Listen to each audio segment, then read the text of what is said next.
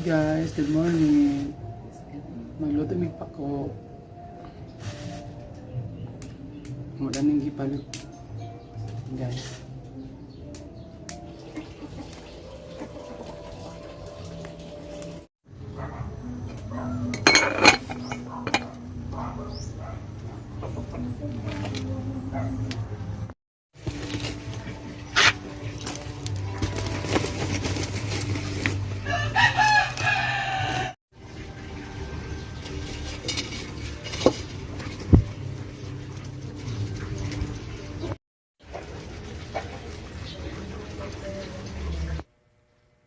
So ayan, nagumpisa na ako mga pangga og butang og oil kasi magluto na ako ng ginisang pako na may itlog. So ayan, inuna ko ng mga lamas, ahos, sibuyas, luya og ang pako.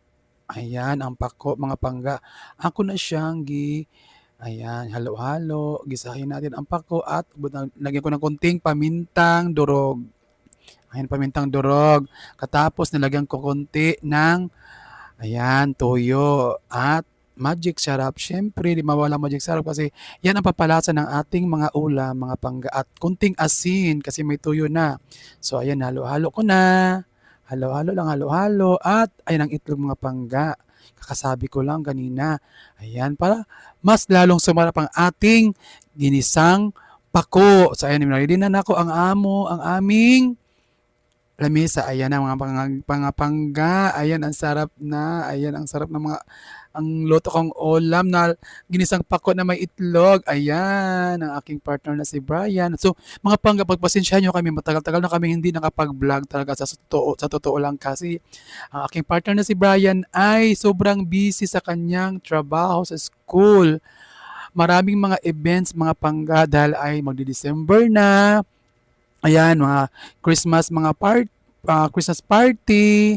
So, yun ang sinusubukan ko ng aking partner si Brian kasi nasarapan sa kanyang masarap daw. So, yun, umpisa muna kami bago kami umpisa ng pagkain, ay magdasal muna tayo. Siyempre, may iwasan ng magpipray muna bago kumain kasi magpapasalamat tayo kay Lord na binigyan tayo ng pagkain sa araw-araw. May pagkain tayo sa araw-araw at ayan, masaya lang, happy lang mga pangga, no? Ayan.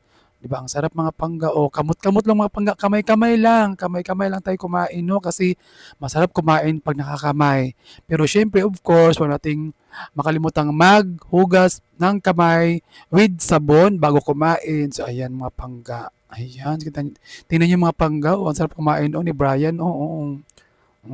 Yan, ang ginisang pako na may itlog. Ang sarap. Yan, with ang kanin namin mga pangga dyan ay red rice. So, ayun mga pangga, salamat sa panonood. So, ayun mga pangga, sana nabusog kayo sa inyong panonood. Salamat.